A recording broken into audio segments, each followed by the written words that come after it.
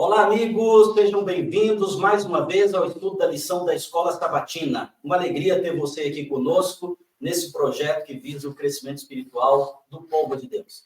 Eu quero pedir que você se inscreva aqui no nosso canal para compartilhar receber as notificações, compartilhar esses vídeos e gerar crescimento no povo. Que Deus abençoe você. Muito obrigado por sua participação. Eu tenho a alegria de receber mais uma vez aqui o Wellington. Olá, pastor, amigos que estão assistindo aí. Seja bem-vindo, viu? Vamos estar lição. Uma alegria ter você aqui conosco. Prazer é nosso, pastor. Vamos fazer uma oração pedindo a bênção de Deus para o estudo de hoje. Sim, oremos. Santo Eterno Deus, nós queremos pedir agora aqui a tua inspiração sobre esse estudo. Que nós possamos entender o que o Senhor quer para nós. São isso que pedimos em nome de Jesus. Amém. Amém. Amigos, estamos estudando a lição número 5, Milagres à margem do lago, do mar da Galileia. E hoje, segunda-feira, dia 29 de julho, ouvindo um sussurro acima de um grito. E eu quero começar aqui desafiando você a tomar a sua Bíblia, como eu estou com a minha Bíblia aqui em mãos, e ler o texto da lição. Marcos capítulo 5, a partir do verso 1 até o verso 20. Uma história daquelas de arrepiar, viu, Hélio? Fala aqui da cura do endemoniado Gerazeno. Alguns textos têm um texto diferente, né? Gerazeno, Gadareno, mas é a mesma região de Decápolis. E um texto muito interessante, uma pessoa que vivia nos túmulos, ninguém conseguia segurar. Nem corrente, né, pastor? Bicho, né? Ela estava possuído mesmo, né? Possuído. Prendiam ele ali com corrente, ele arrebentava, se feria. Devia ser um terror passar por aquela localidade ali e dar de cara com um homem assim. Sim, é interessante que no encontro dele com Jesus, os discípulos não aparecem. Onde é que eles estavam? Será que fugiram? De medo, né? Mais interessante, pastor, que a lição coloca bem aqui o autor, é que nesse encontro com Jesus, o endemoniado tomou uma atitude. Ele correu até Jesus e ele se prostrou. Por que será que ele tomou essa atitude? É interessante que Marcos, ele detalha essa questão dos endemoniados, falando, fazendo coisas que, de repente, você esperava que acontecesse dos líderes judeus. Mas esse endemoniado se lança aos pés de Jesus. Como assim o demônio vai se curvar? Né? Às vezes o demônio fala, o que nós temos contigo, Jesus? Sai daqui, nós não queremos nada com você. Mas esse aqui, ele se lança aos pés de Jesus. O que isso sugere? Não era o tempo todo que ele estava endemoniado. Não era o tempo inteiro, integral, que ele estava sob o domínio do mal. Então, nos momentos de lucidez, ele conhecia, ele ouvia sobre Jesus. E, quem sabe, nesse momento, ele querendo uma aproximação com Jesus, ele se prostra. Mas na hora de abrir a boca para falar, aí o demônio tomou conta e a fala não se harmonizou com a postura de se prostrar.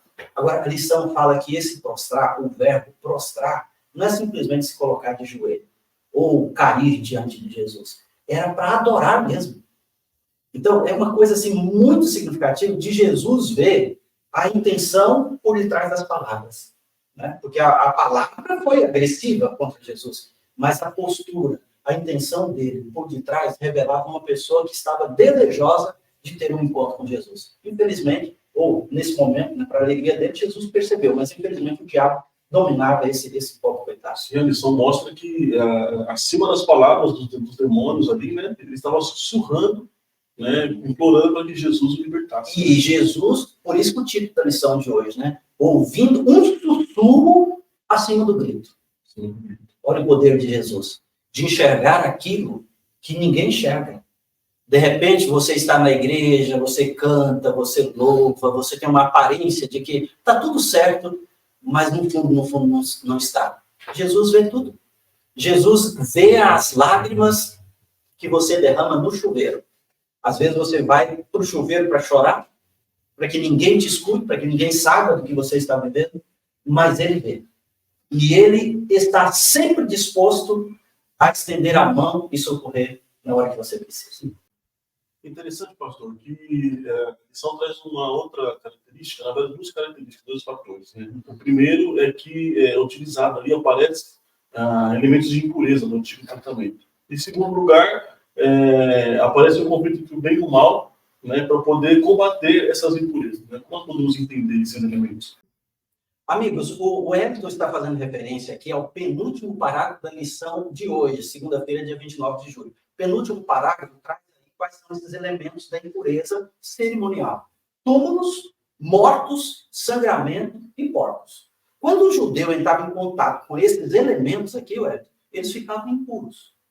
Agora, Jesus, essa história mostra que o bem vence o mal. O que acontece aqui? Ó? Jesus liberta esse homem e ele não tem mais que viver nos túmulos, em contato ali com cadáveres e mortos.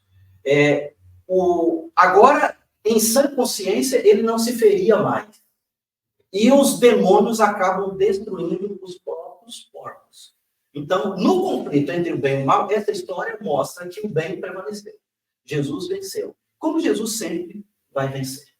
Amém. Amém? É a grande vitória, né? Porque depois o jovem, nessa consciência, ele queria ir com Jesus, né? Não, posso ir com você, posso te seguir. Né? Jesus falou assim, não, você vai e ordenou ele, né?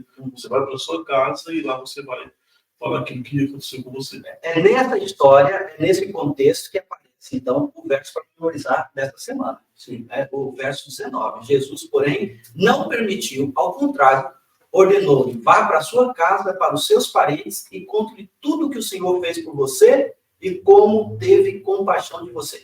Interessante que aqui Jesus está tendo esse encontro com esse endemoniado. E nesta fala dele, Jesus diz assim, vá e conte-lhe tudo que o Senhor fez por você. Quem é esse Senhor? Eu quero dar esse desafio para você, você que está nos acompanhando, estudar a sua Bíblia, a sua lição da Escola Sabatina, e tentar decifrar o que é isso. Que Senhor é esse que fez maravilhas na vida desse homem? Você vai dizer assim, lógico, foi Jesus. Mas será que Jesus está falando dele mesmo ou de um outro Senhor? E outro detalhe importante, Everton, é que esse homem sai, o verso 20, né? Capítulo 5, verso 20, diz assim, ó.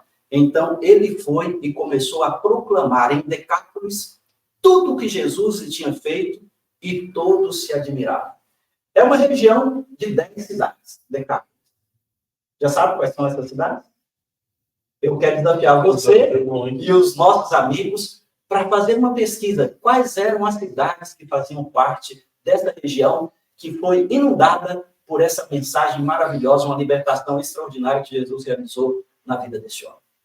Um forte abraço, muito obrigado, Everton, por estar aqui comigo hoje. Que Deus abençoe você e até o nosso próximo estudo. Até mais, amigos.